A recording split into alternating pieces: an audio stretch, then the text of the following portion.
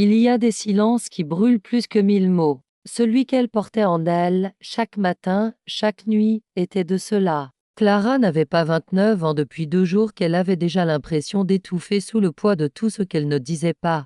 Elle habitait un petit appartement mansardé dans le 6e arrondissement de Paris. C'était l'un de ces endroits qui semblaient trembler avec la ville, vibrer doucement avec le métro qui passait en dessous, soupirer avec les fenêtres mal fermées. Elle adorait ça, ce sentiment que tout pouvait basculer à tout moment, mais que rien ne tombait jamais tout à fait. Clara travaillait dans une galerie d'art discrètement renommée de la rive gauche. Elle avait l'œil, celui qu'on ne vous enseigne pas. Elle savait quand une toile cachait une fracture, un cri, une fièvre. Ce don ou cette malédiction, selon sa mère, l'avait toujours tenue à distance des autres. Elle voyait trop, trop vite. Et ça faisait peur. Ce matin-là, le ciel était d'un gris presque doux, comme un voile posé sur la ville.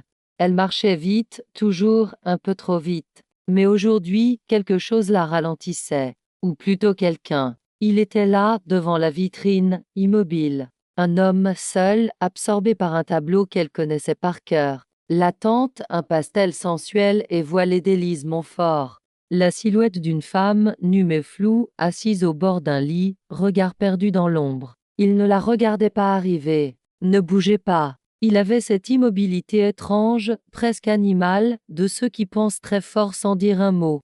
Une présence silencieuse, mais lourde. Quand elle entra dans la galerie, il suivit, comme s'il avait attendu qu'elle franchisse le seuil pour bouger. Sans un mot, Clara sentit son cœur battre un peu trop fort. Il n'avait rien dit, rien fait, mais il y avait dans sa façon de marcher, de fixer les œuvres, une tension qui la dérangeait. Pas une peur, non, plutôt une reconnaissance troublante, comme si elle avait déjà rêvé de lui, sans le savoir. Il passa devant elle, lentement, trop lentement, et leurs regards se croisèrent. Ses yeux étaient d'un bleu presque froid, mais pas glacé. Plutôt comme une lame lisse, on ne sait pas encore si elle caresse ou si elle coupe. Il s'arrêta devant la tente, encore, et dit enfin, sans se tourner vers elle, elle attend quelqu'un, ou elle sait qu'il ne viendra pas. Clara resta figée. Il avait mis le doigt exactement là où elle n'osait jamais aller. L'ambiguïté du tableau, ce que personne ne demandait jamais. Elle aurait dû répondre par une banalité, détournée. Mais quelque chose en elle se fendilla. Peut-être qu'elle espère qu'il vienne, pour pouvoir lui dire de partir. Il tourna légèrement la tête. Un sourire presque imperceptible étira ses lèvres. Pas de moquerie, plutôt une approbation muette. Puis il sortit, aussi simplement qu'il était entré. Clara resta seule, mais pas vide. Il avait laissé quelque chose derrière lui. Une vibration, une tension sourde, comme un fil invisible qu'on tire doucement, très doucement. Le soir, elle n'en parla à personne. Pas à Camille, sa colocataire de toujours, pas à Léa, sa sœur. Elle garda cet instant pour elle, comme un secret interdit qu'on ne veut pas encore comprendre. Elle rêva cette nuit-là, d'un corridor sans fin, de pas derrière elle, d'une main sur sa nuque, et d'un souffle trop proche. Le lendemain, il revint, toujours aussi silencieux, toujours aussi précis dans sa lenteur, mais cette fois, il s'arrêta devant elle. Pas devant une toile, devant elle. Tu t'appelles Clara. Ce n'était pas une question. Elle répondit quand même, la voix légèrement plus basse que d'habitude. Et toi? Il hésita. Puis, Théo. Il lui tendit la main. Et au moment où leurs doigts se frôlèrent, Clara sentit une chaleur étrange monter le long de son bras. Pas une chaleur douce, une brûlure discrète, une promesse trouble. Ils se virent tous les jours, pendant 6 jours, toujours au même endroit, toujours sans rendez-vous. Théo parlait peu, il regardait beaucoup. Clara oscillait entre le malaise et l'addiction. Elle attendait ces rencontres comme on attend une crise, une escousse. Elle savait que ça ne durerait pas, que ça allait faire mal, mais elle n'arrivait pas à s'en détourner. Et puis, le 7e jour, il ne vint pas. Elle resta dans la galerie jusqu'à la fermeture. Rien, aucun message, aucun signe. Elle monta chez elle, tremblante d'un manque qu'elle ne comprenait pas encore, et trouva un livre posé sur son paillasson. Aucun mot, juste un exemplaire ancien de Les Faux Monnayeurs de Gide, ouvert à une page soulignée. Le pire, ce n'est pas de mentir, c'est de se mentir à soi-même. Elle ferma les yeux. Quelque chose venait de commencer, quelque chose de dangereux. Si cette histoire vous plaît jusqu'à présent, abonnez-vous à la chaîne, laissez un like et activez la cloche pour ne pas manquer les prochains chapitres. Et dites-moi en commentaire qu'est-ce que vous en pensez jusqu'ici. Elle avait gardé le livre près de son lit, sans oser l'ouvrir à nouveau. Comme si relire cette phrase soulignée allait déclencher quelque chose qu'elle ne pourrait plus s'arrêter. Clara était allée travailler ce matin-là, comme d'habitude. Mais rien n'était vraiment pareil. Chaque pas dans la galerie lui semblait trop sonore. Chaque toile, trop fixe. Il manquait cette tension invisible que Théo amenait avec lui, comme une tempête silencieuse. Et pourtant, il n'était toujours pas là. 3 jours passèrent. Puis une lettre arriva. Pas une lettre postale. Une enveloppe glissée sous la porte, comme le livre. Blanche, lisse, sans nom. À l'intérieur, quelques lignes à l'encre noire, penchées, presque nerveuses. Tu crois savoir ce que tu veux, mais tu n'as encore rien vu. Si tu veux comprendre, sois au jardin du Palais Royal. Banc 4, 18 heures. Seul. Aucune signature, aucune date.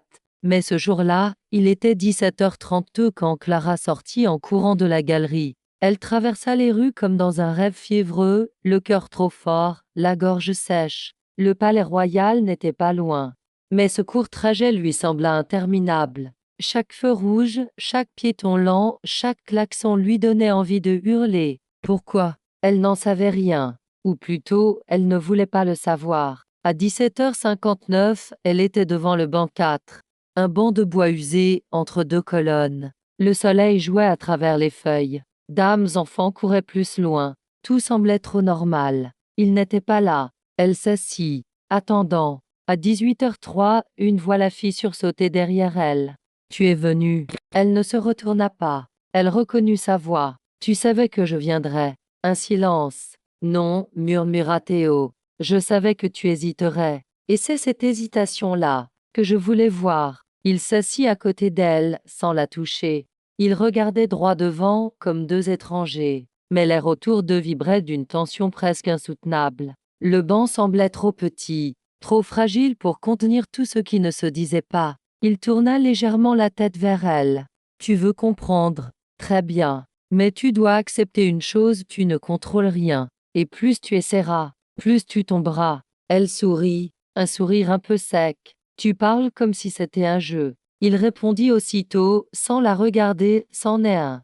Mais pas pour moi. Ils commencèrent à se voir en dehors de la galerie, toujours dans des lieux choisis par lui. Dame café à peine éclairé, des rues secondaires, des expositions confidentielles. Jamais chez lui, jamais chez elle, et jamais le week-end. Clara ne posait pas de questions. Elle en mourait d'envie, mais quelque chose en elle savait que les réponses viendraient si elle se taisait assez longtemps. Théo était un mystère. Il parlait peu, mais chaque mot semblait peser. Il connaissait l'art avec une précision dérangeante, presque clinique. Il avait cette manière de poser ses yeux sur une œuvre ou sur elle comme s'il cherchait la faille exacte. Et il la trouvait. Toujours. Un soir, ils étaient seuls dans une librairie déserte. La pluie battait contre les vitres. Il s'approcha d'elle par derrière, sans un mot, et tendit un livre par-dessus son épaule. L'amant de Marguerite Duras. Elle le prit, le feuilleta. Une page était marquée. Il souffla, tout près. Ce que tu refuses d'admettre, c'est que tu as déjà commencé à tomber. Elle se retourna, lentement. Et toi, tu ne tombes pas? Un silence. Long. Moi, je me noie. Depuis longtemps. La différence, c'est que je sais nager dans le noir. Les jours passaient, et Clara ne reconnaissait plus sa vie. Ses nuits devenaient plus courtes, son sommeil plus léger, son esprit toujours suspendu, comme si elle vivait en attente de la prochaine phrase, du prochain lieu, du prochain geste subtil. Il ne l'avait jamais touchée, pas même une main, mais tout en lui était une caresse invisible, une tension, un souffle, et elle sentait son propre corps répondre à ce manque, à ce vide, comme si son désir naissait dans l'absence. Et puis, un soir, il lui demanda « Viens avec moi ». Pas un ordre, pas une invitation, une évidence. Ils prirent un train, direction inconnue. Le paysage défilait vite, trop vite. Elle le regardait par la fenêtre, mais ne voyait rien. Tout en elle était tourné vers lui, assis à ses côtés. Immobile, silencieux. Ils descendirent dans une petite ville au bord de l'eau. Ruelle ancienne, pierre humide, lanterne jaune. Un hôtel discret. Une chambre au dernier étage. Une seule clé. Il l'ouvrit, laissa entrer l'air avant elle, et dit dans un souffle: ce soir, je vais t'apprendre à voir. Elle entra, et tout bascula. Nous arrivons à la fin de cet épisode. Si l'histoire vous a plu, laissez un like, abonnez-vous à la chaîne pour suivre la suite, et partagez vos impressions en commentaire. Votre avis est très important pour nous. La chambre était sobre. Une pièce haute de plafond, mur clair, bois ancien. Rien d'excessif, mais tout y respirait une forme de retenue, comme si le silence lui-même avait décidé de s'installer ici depuis longtemps. Clara resta près de la porte, sans bouger. Théo s'approcha de la fenêtre, entr'ouvrit les volets. Dehors, la lumière du soir caressait les toits de la ville. Un reflet doré, presque irréel, entrait dans la pièce. Regarde. Il ne parlait pas d'elle, ni de lui. Il désignait cette lumière. Ce moment, ce souffle suspendu. Clara s'avança lentement. Elle ne savait plus si c'était la curiosité ou l'angoisse qui la poussait. Mais elle avançait, vers lui, vers quelque chose qu'elle n'arrivait pas encore à nommer. Il prit une chaise, la plaça devant la fenêtre, la fit asseoir doucement. Puis il s'éloigna et sortit quelque chose de son sac. Une petite boîte noire. Il l'ouvrit, un appareil photo, ancien, en métal, un Leica des années 50.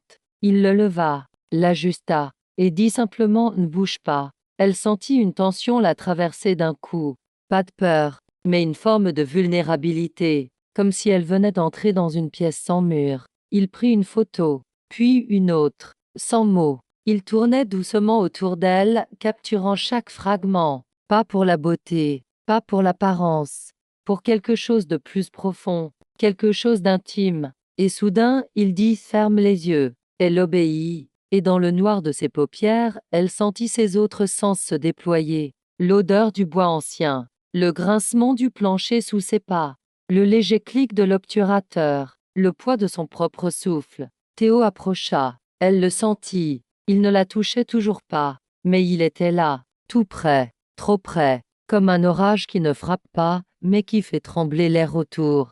Il murmura: ce que je photographie, ce n'est pas ton corps, c'est ce que tu caches derrière. Elle ouvrit les yeux, lentement. Il était là, debout devant elle, l'appareil baissé, les yeux dans les siens. Tu sais ce que tu fais, dit-elle enfin. Tu sais exactement ce que tu provoques. Il hocha la tête, sans arrogance. Et toi, tu sais ce que tu cherches, même si tu fais semblant de ne pas comprendre. Un silence, long, dense. Puis il ajouta: ce n'est pas moi qui ai commencé.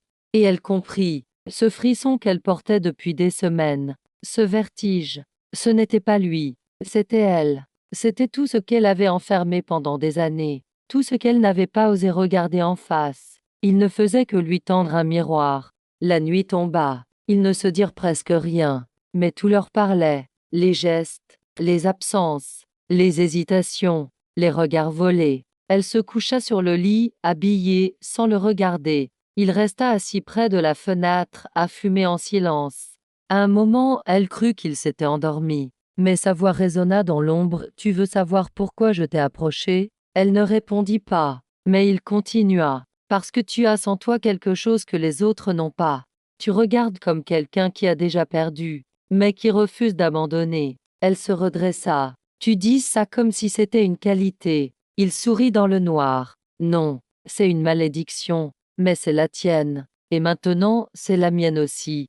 Elle le rejoignit près de la fenêtre. Ils restèrent là, silencieux, deux corps séparés par quelques centimètres, et par mille tensions invisibles. Et alors qu'elle croyait que la nuit allait s'éteindre ainsi, il dit: demain, je vais te montrer quelque chose.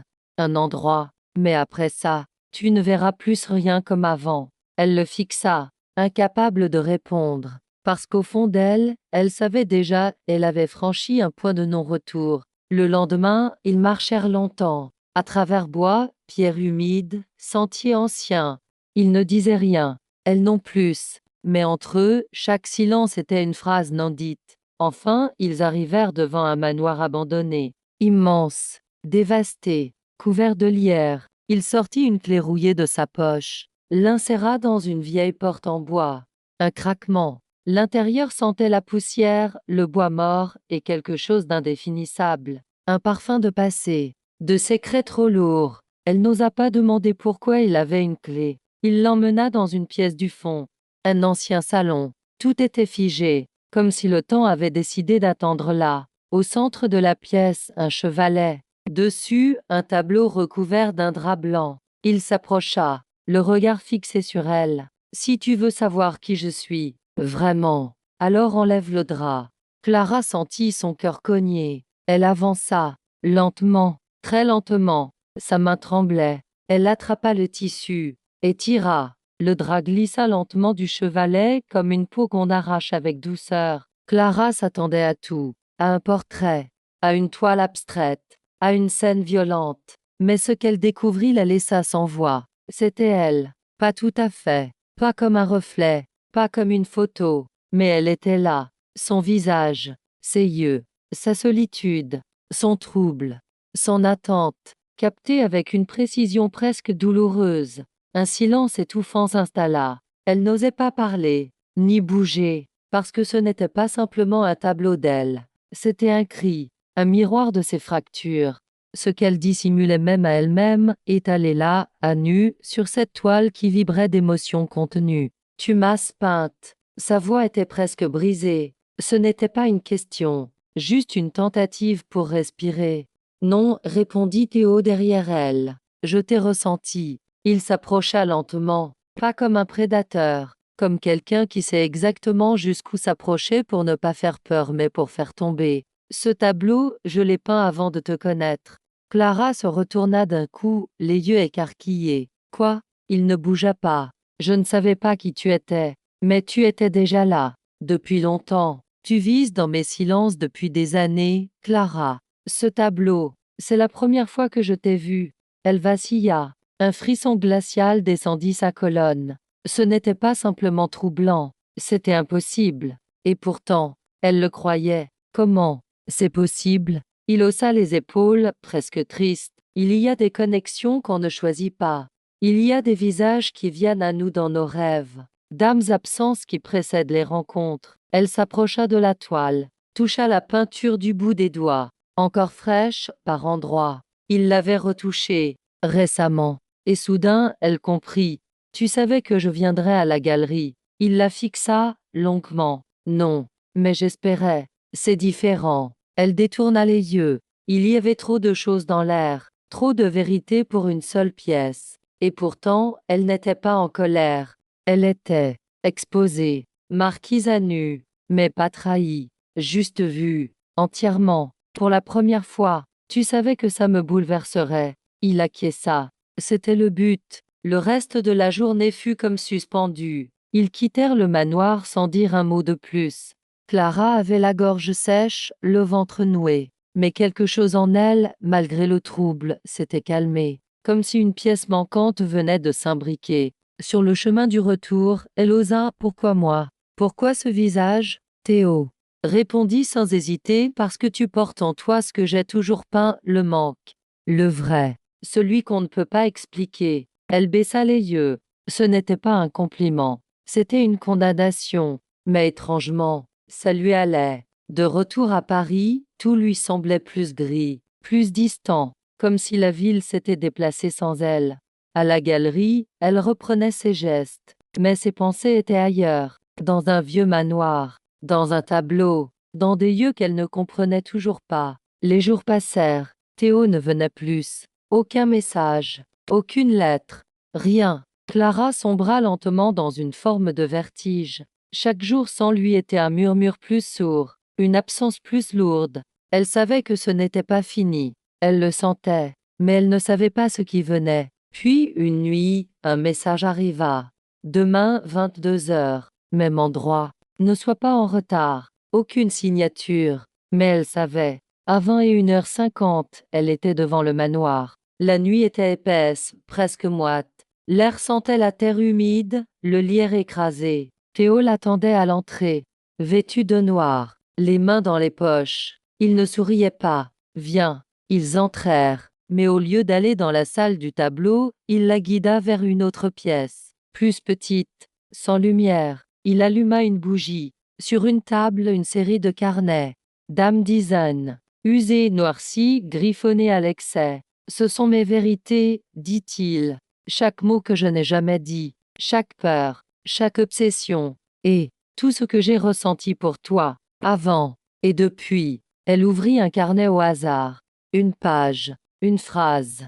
Elle marche comme si elle cherchait sa propre absence. Une autre, j'ai peur de ce que je ferai si elle me laisse entrer. Et plus encore, si elle ne le fait pas. Clara trembla. Pourquoi me montrer ça maintenant? Il répondit, très bas, parce que si tu continues à avancer, Clara, tu ne pourras plus reculer. Pas après ça. Elle le fixa longtemps. Et si je veux avancer? Il ferma les yeux. Un instant. Alors viens. Et brûlons tout. Si cette histoire vous plaît jusqu'à présent, abonnez-vous à la chaîne, laissez un like et activez la cloche pour ne pas manquer les prochains chapitres. Et dites-moi en commentaire qu'est-ce que vous en pensez jusqu'ici. Ils ne brûlèrent pas les carnets. Pas cette nuit-là. Clara avait pris le plus petit, celui dont les coins étaient déchirés, et l'avait glissé contre sa poitrine. Elle ne demanda pas si elle pouvait. Théo ne demanda pas non plus pourquoi elle le faisait. Il savait. Ils quittèrent le manoir à l'aube. Les premiers chants d'oiseaux les accompagnaient, discrets, presque inquiets. Personne ne parlait. L'air était chargé de ce qu'ils n'avaient pas encore fait. Ce matin-là, Paris semblait plus vide. Ou peut-être était-ce elle qui se sentait trop pleine. Clara passa la journée entière à tourner en rond dans son appartement. Elle relut les phrases du carnet, une par une, comme on relit une lettre d'adieu qu'on n'a jamais reçue.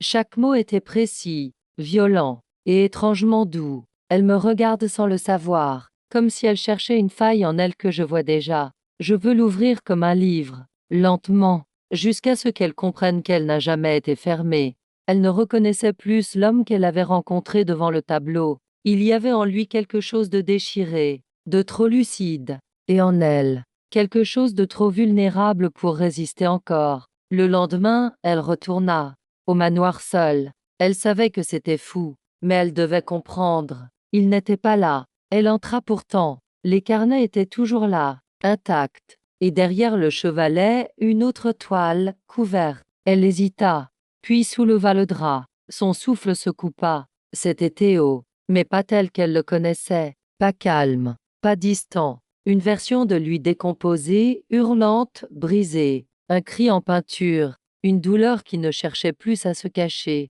Et à côté, sur un coin de table, une lettre.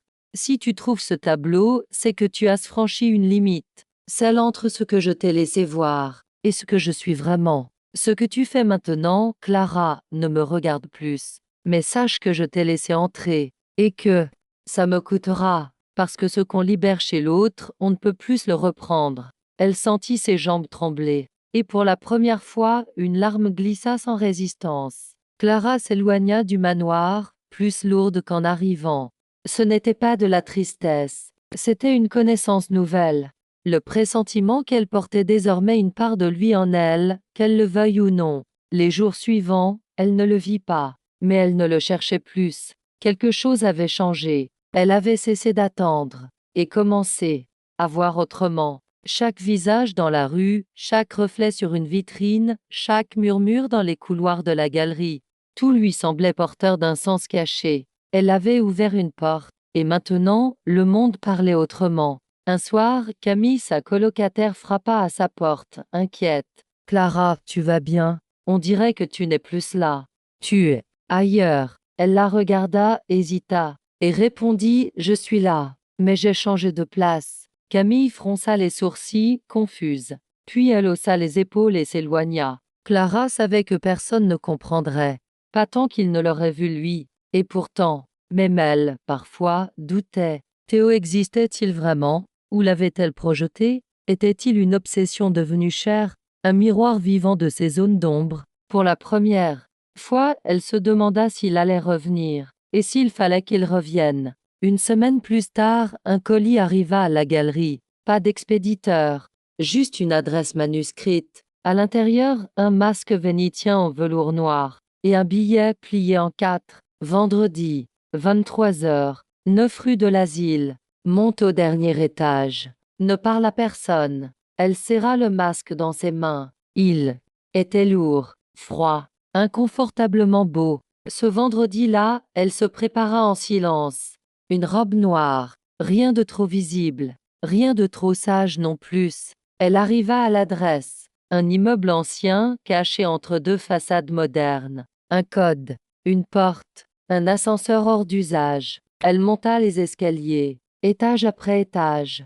Le souffle court. Le dernier palier était plongé dans le noir. Une porte entr'ouverte. Derrière, des murmures. Une musique grave, presque chuchotée. Et des ombres nombreuses. Elle entra. Ce n'était pas une fête, ni un club, ni une réunion. C'était un théâtre vivant du désir contenu. Dames gens masquées, parlant peu, se frôlant, se regardant, observant. Un monde parallèle où la tension érotique n'explosait jamais, mais palpitait, retenue partout. Et dans un coin assis, immobile, Théo, masqué, lui aussi, mais elle le reconnut.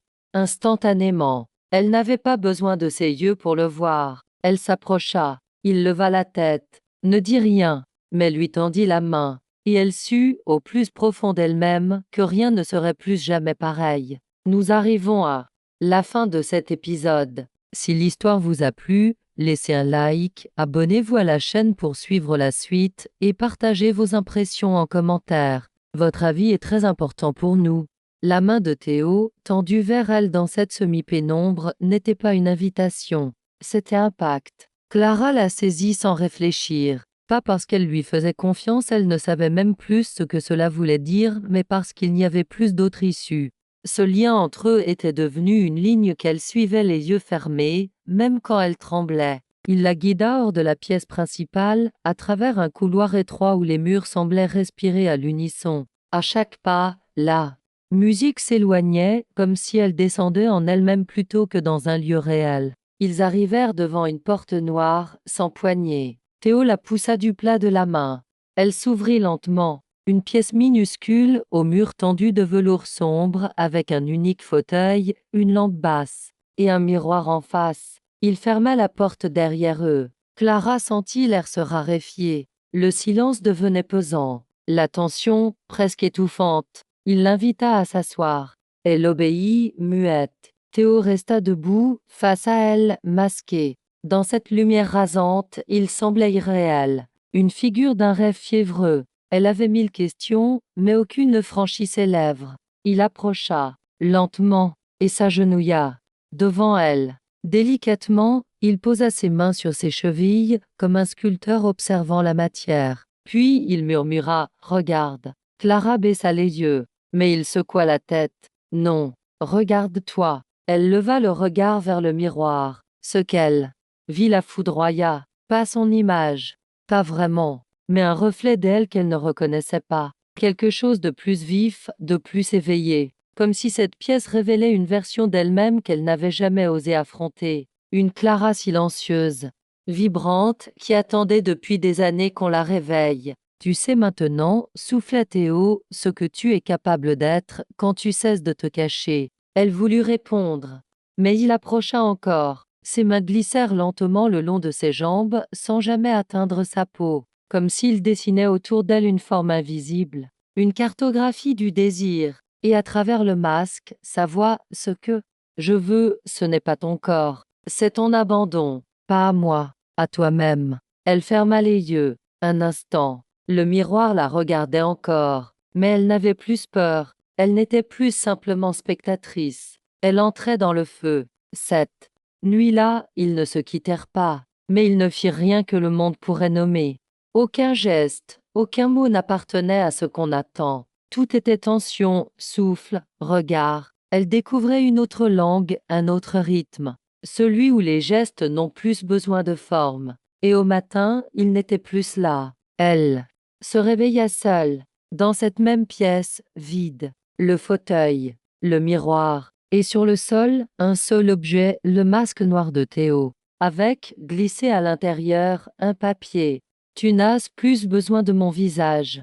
Tu sais déjà ce que tu cherches. Elle resta là longtemps, immobile, le masque entre les mains, le cœur entre deux battements. Les jours suivants furent flous. Elle allait travailler, parlait aux gens, mangeait, dormait. mais en elle, un courant souterrain bouillonnait. Plus rien n'avait le même goût. Chaque tableau qu'elle voyait semblait porteur d'un message caché. Chaque voix lui semblait creuse. Elle n'avait pas de nouvelles de Théo, mais elle le sentait comme un écho dans sa propre peau.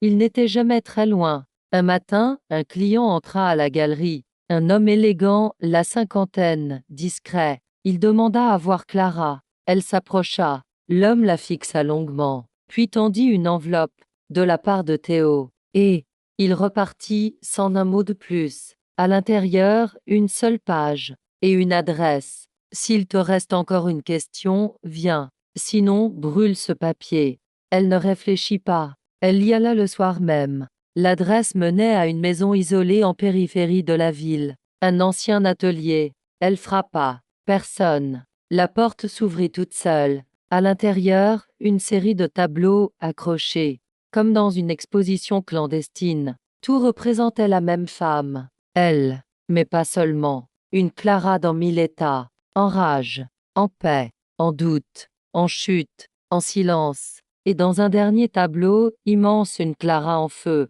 Non pas brûlée, mais embrasée de l'intérieur. Et devant cette toile, enfin, Théo. Sans masque. Sans distance. Il se retourna. Lentement. Et dit, très calmement, voilà. C'est fini. Elle s'avança. Fini. Il acquiesça. Ce que je voulais te montrer, te faire traverser, c'est terminé. Tu es allé plus loin que je ne l'aurais cru. Elle sentit quelque chose se fissurer en elle. Une peur, un attachement, une colère, un amour. Et maintenant, Théo la regarda avec une douceur nouvelle. Maintenant, tu peux décider, maître. Laisser partir, ou revenir dans ce feu avec moi. Mais si tu reviens, il n'y aura plus de voile, plus de masques, juste toi, et tout ce que tu refuses encore de voir. Elle resta figée, puis fit un pas, un seul, vers lui, vers la suite. Elle fit un pas, puis un autre. Les planches de l'atelier craquaient sous ses talons comme si elle voulait la prévenir. Mais rien ne l'arrêta. Clara s'arrêta face à Théo, plus près qu'elle ne l'avait jamais été. Pas physiquement, mais intérieurement. Elle ne se cachait plus, ni derrière ses silences, ni derrière ses doutes. Elle était là, nue d'intention. Je ne suis pas venue pour choisir, dit-elle enfin. Je suis venue pour comprendre. Il la fixa, longuement. Ce sont souvent ceux qui veulent comprendre qui se brûlent les plus profondément. Alors brûle-moi. Il ne sourit pas, mais quelque chose dans ses yeux se fissura, comme s'il attendait cette phrase depuis toujours. Il tourna les talons, avança lentement vers le fond de l'atelier. Viens, souffla-t-il. Elle le suivit. Ils descendirent un escalier étroit, dissimulé derrière une toile suspendue. L'odeur du sous-sol était dense, de pierres humides, de cendres anciennes et d'huile de lin. Le cœur de son travail, le noyau de sa solitude. Un atelier dans l'atelier. Dizaines de portraits, aucun terminé, tous inachevés comme des pensées interrompues. Et sur une table un carnet épais, ouvert à une page grattée jusqu'à la nervure du papier. Clara s'en approcha. Et lutte, le problème n'est pas ce qu'on ressent. C'est ce qu'on fait quand ça devient plus fort que soi. Elle releva les yeux. Théo s'était arrêté à côté d'un chevalet couvert. C'est la dernière toile, dit-il. De moi? Non. Il ôta le drap. Clara recula, brusquement. Ce n'était pas elle. C'était lui, mais pas tel qu'elle le connaissait. Pas froid, pas distant, pas énigmatique. Un Théo à genoux, brisé, larmes au bord des yeux. Un Théo que personne ne pourrait jamais admirer ni comprendre sans l'avoir vu s'effondrer. Elle comprit. Il s'était peint, au moment exact où il avait commencé à tomber pour elle. Il murmura, ce tableau, je ne l'ai jamais montré. À personne, parce que c'est celui où je perds le contrôle. Clara s'approcha lentement. Elle toucha la toile du bout des doigts. Et maintenant? Théo resta figé. Maintenant, c'est à toi de décider ce que tu veux faire de ce que tu sais. Les jours suivants, Clara se mit à peindre. Elle n'avait jamais osé avant. Pas vraiment. Mais quelque chose en elle s'était débloqué. Pas une ambition, un besoin. Elle acheta des toiles, pinceau, couleur, et peignit dans le silence de son appartement la nuit, parfois en robe de chambre, parfois nue, comme si elle s'arrachait elle-même à travers la matière. Elle peignait des ombres, Dame regard, dame fragment de corps en déséquilibre. Elle ne cherchait pas la beauté, elle cherchait la vérité. Et plus elle peignait, plus Théo s'éloignait, pas physiquement. Il venait toujours, parfois tard, parfois en silence. Ils s'asseyaient face à face, parlaient peu, mais tout se disait autrement. Ils ne faisaient pas l'amour, mais chaque regard était une possession. Un soir, elle lui montra sa première toile. Il la regarda longtemps, puis dit: Tu viens de faire quelque chose que je n'ai jamais réussi à faire. Elle haussa un sourcil. Quoi donc? Te peindre sans te cacher. Il la regarda différemment ce soir-là, pas avec désir, avec respect, presque avec crainte. Et elle comprit, elle avait dépassé ce qu'il pensait possible. Mais plus elle s'approchait de sa propre lumière, plus il reculait. Il devenait moins présent, moins entier, comme si en la libérant, il se condamnait lui-même à disparaître. Un matin, elle se réveilla seule. Pas d'explication, pas de message, juste un vide, et une absence tellement précise qu'elle faisait plus mal qu'un adieu. Elle chercha partout, appela les numéros qu'il lui avait donnés. Rien. Elle retourna au manoir, à l'atelier, au dernier étage du 9 rue de l'Asile. Le silence, partout. Puis elle reçut une enveloppe, une seule. À l'intérieur, une clé et une adresse, celle de la maison de son enfance, dans le sud. Elle le savait. Il lui avait parlé une fois d'un village au bord d'une falaise, d'un jardin suspendu, d'un cerisier qu'il détestait. Sans savoir pourquoi, elle prit un train, puis un autre, puis un bus, et elle arriva. La maison était là, abandonnée, mais la clé fonctionna. L'odeur du passé la frappa de plein fouet. Sur une table, un carnet. Le dernier. Elle l'ouvrit. Une phrase griffonnée à la hâte: Si tu lis ceci, c'est que je suis allée trop loin, et que toi, tu es resté. Elle s'assit, et elle comprit. Il lui avait tout donné, mais il ne savait pas recevoir. Il s'était effacé pour qu'elle brille, mais elle ne voulait pas briller sans lui. Et alors, elle sut. Ce n'était pas encore la fin, c'était le début de la suite. Elle resta 3 jours dans la maison, 3 jours à ouvrir chaque porte, à toucher chaque objet, à respirer un peu de lui dans les fissures des murs, dans les tiroirs oubliés, dans les silences déposés comme des offrandes. Tout portait sa trace, mais rien n'indiquait si elle reviendrait. Il y avait un vieux tourne-disque dans une pièce à l'étage, une pile de vinyles fatigués. Elle mit l'un d'eux au hasard. La voix rauque d'un chanteur italien envahit la pièce. Un air triste, chaud, qui parlait d'un amour qu'on n'ose pas avouer parce qu'il est trop vrai. Elle s'allongea sur le sol. Le bois grinça doucement sous son poids. Et elle pleura. Pas comme on pleure une perte. Elle pleura une présence. Une vérité qu'on a touchée, mais qu'on ne peut pas garder entre les doigts. Une brûlure douce et lente. Le dernier jour, elle trouva une boîte de fer cachée sous une latte du plancher. Dedans, des photos. Tout en noir et blanc. Dames portraits. Tout. Les visages étaient flous. Sauf un. Elle. Encore. Mais pas elle, aujourd'hui. Elle, jeune. Adolescente. Incertaine. Ce n'était pas possible. Et pourtant, c'était là. Une photo prise à Lyon, dans un parc qu'elle reconnaissait. Elle avait 12 ans, peut-être. Elle portait un manteau trop grand, un regard déjà trop triste, et au dos, une écriture: Je l'ai vue. Avant même de savoir son nom, elle portait déjà ce silence. Clara lâcha la photo. Un vertige la saisit. Ce n'était pas une rencontre. Ce n'était pas un hasard. Il l'avait vue longtemps avant. Mais comment? Pourquoi? Était-ce une obsession? Une mémoire partagée? Un jeu du destin tordu? Elle n'avait plus peur. Elle voulait comprendre. À son retour à Paris, la ville ne lui sembla plus familière. Trop droite, trop logique. Elle avait changé de géographie intérieure. Elle reprit son travail à la galerie. Mais ses collègues la regardaient autrement, comme si quelque chose en elle brillait plus fort, ou menaçait de brûler. Un soir, en rangeant une collection d'œuvres anciennes, elle tomba sur un tableau oublié, non signé. Une silhouette féminine, de dos, seule, devant une fenêtre ouverte sur un ciel noir. Et là, dans le coin inférieur gauche, un mot griffonné. Clarté. Elle comprit. Ce n'était pas seulement elle que Théo avait peint toutes ces années. C'était l'idée d'elle. L'idée du manque, du vide, de l'attente. Elle était devenue, malgré elle, le centre d'un labyrinthe qu'il avait construit depuis toujours. Mais maintenant, il fallait choisir, y rester ou en sortir. Elle décida de peindre une seule toile. Pas pour lui, pour elle. Pendant 3 nuits, elle travailla sans pause, sans musique, sans téléphone. Juste le frottement du pinceau, les odeurs d'huile, la lumière crue de sa lampe.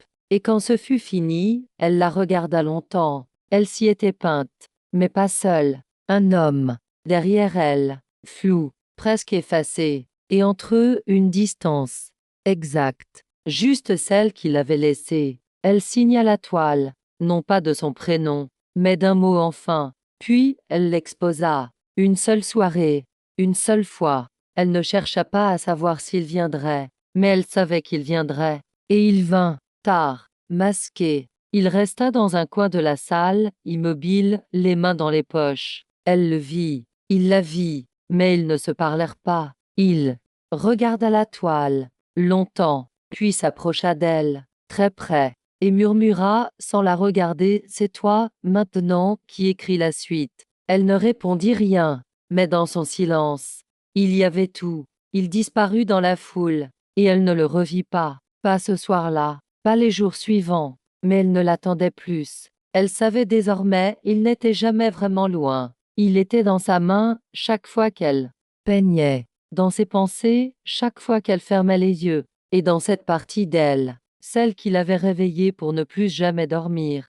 Le retour à Paris fut silencieux. Clara regardait le paysage défiler par la vitre du train comme un film qu'elle aurait déjà vu, mais dont elle ne se lassait pas. Il y avait une forme de paix dans ce mouvement. Une paix qu'elle ne connaissait pas avant, une paix qui ne cherchait plus à posséder. Elle revint chez elle, trouva l'appartement exactement comme elle l'avait laissé, les pinceaux dans le pot, l'étoile retournée contre le mur, la lumière poussiéreuse qui glissait le long du parquet. Mais en elle, tout avait changé. Elle était seule, et pour la première fois depuis longtemps, elle ne s'en excusait plus. Les jours reprirent leur rythme, doux, presque lent. Elle ne peignait pas toujours. Parfois elle écrivait. Dame note, des fragments. Pas pour être lus, pour se relire, se recomprendre, se reconquérir. Un matin, elle reçut une lettre d'une université de Prague. Un professeur en esthétique contemporaine y parlait de son travail avec admiration. Il lui proposait une résidence, 3 mois, pour peindre, réfléchir et transmettre. Elle hésita, pas longtemps. Elle accepta, parce que ce n'était plus la peur qui décidait, ni le besoin de se cacher. C'était une curiosité nouvelle, une faim lente, intelligente, profonde. Elle partit. Prague était grise en mars, mais ce gris-là n'était pas triste. Il était noble, dense, chargé. Elle loua une petite chambre, sous les toits, avec vue sur le fleuve, et commença à peindre différemment. Moins de visages, moins de corps, plus d'espace, d'interstices, de lignes qui s'ouvrent sans se rejoindre. Un soir, elle marcha seule dans les ruelles du vieux centre. Un magasin de photographie attira son attention. Fermé, mais dans la vitrine, un appareil. Un Leica, ancien, le même que Théo. Elle ne sourit pas. Elle s'arrêta simplement. Longtemps. Elle savait ce que ça voulait dire. Pas qu'il était là, mais qu'il restait en elle, dans les gestes les plus discrets, dans ses cadrages, dans sa manière de poser le regard sur une scène, dans son instinct de capturer ce qui est sur le point de disparaître. Elle reprit sa marche, plus droite, plus libre. Lors de sa dernière semaine à Prague, elle donna un atelier, une dizaine d'étudiants, curieux, silencieux. Elle leur montra comment peindre le silence, pas avec du vide, avec de l'attention, avec les choses non dites. Elle leur raconta une histoire sans nom d'un homme et d'une femme, et de la frontière brûlante entre désir et absence.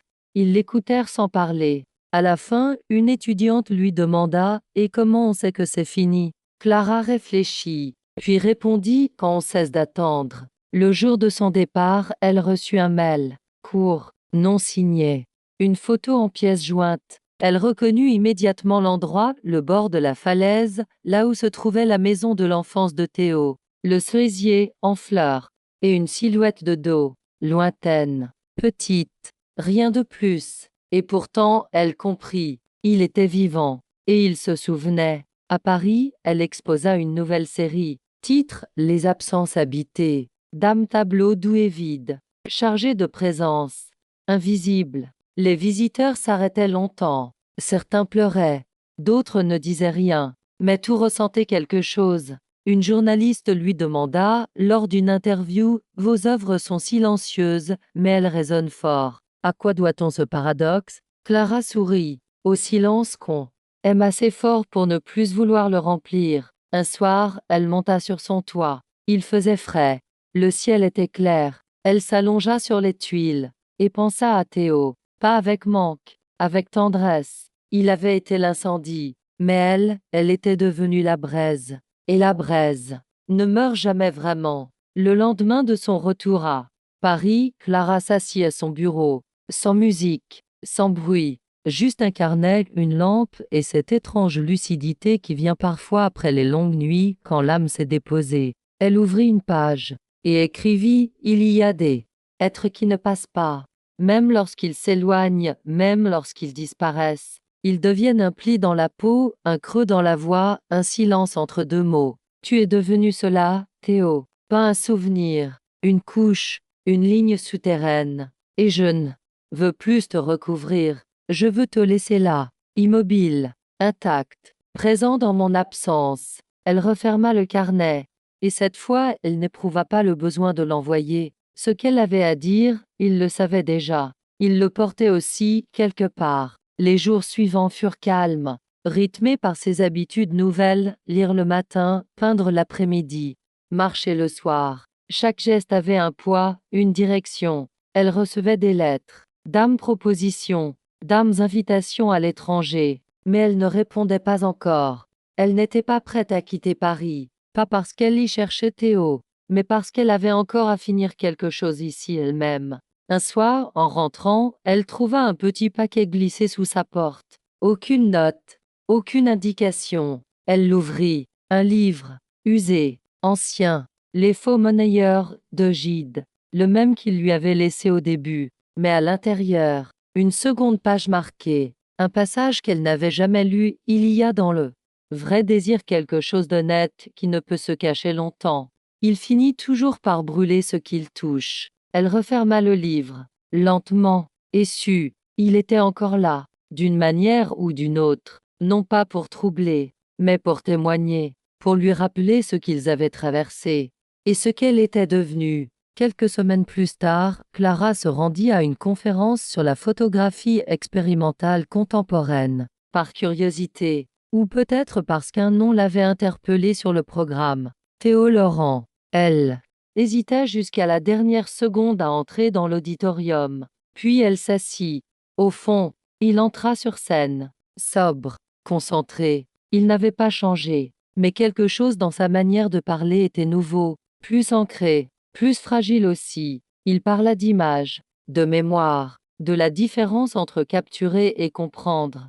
Et à un moment, il dit: Certains visages ne vous quittent pas, même quand vous ne les regardez plus. Ils s'impriment ailleurs, dans vos gestes, vos choix, vos absences. Elle sut qu'il parlait d'elle, mais il ne la regarda pas une seule fois. Et pourtant, c'était la conversation la plus profonde qu'ils aient jamais eue. Clara rentra chez elle ce soir-là avec une étrange légèreté, pas parce qu'il était revenu, mais parce qu'elle l'attendait plus. Le lendemain, elle peignit un triptyque, 3 toiles verticales, l'une presque vide, l'autre dense, la dernière respirante. Elle les intitula L'absence, le feu. Le Restel les exposa dans une petite galerie du Marais. Et un soir, alors qu'elle vérifiait les lumières avant la fermeture, elle vit un homme dans un coin, immobile. Elle ne le reconnut pas tout de suite, parce qu'il avait changé. Mais, au moment où il leva les yeux, elle sut. Théo. Il ne s'approcha pas, ne parla pas. Il regarda longtemps, puis il repartit. Et elle sourit, parce qu'il n'avait plus besoin de dire. Et elle, plus besoin de comprendre. Il savait, et cela suffisait.